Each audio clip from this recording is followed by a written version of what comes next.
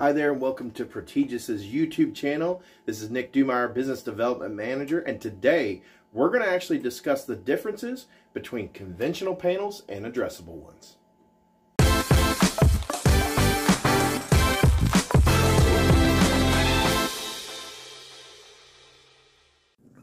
So again guys, today we're going to talk about fire alarm panels and the difference between conventional and addressable systems.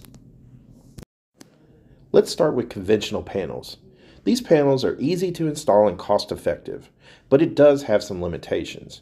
For example, with a conventional system, it is difficult to determine which specific device has triggered the alarm because all the devices are on the same circuit or loop or zone, however you determine to name that. So if an alarm gets triggered, essentially you know it might be in zone 1 or zone 2, but you don't know exactly which device at a pinpoint location.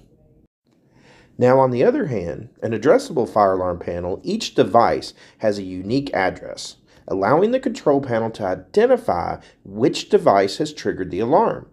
This system is more expensive than conventional systems, but it provides more detailed information about the location of the fire and helps to reduce false alarms. So in conclusion, whether you choose a conventional or addressable fire alarm panel will depend on the size of your building and your specific needs. If you're looking for a simple and cost-effective solution, a conventional system may be right for you. But if you need a more advanced system with detailed information about the location of a fire, an addressable system is the way to go. Thanks for watching, and we hope this video has been helpful.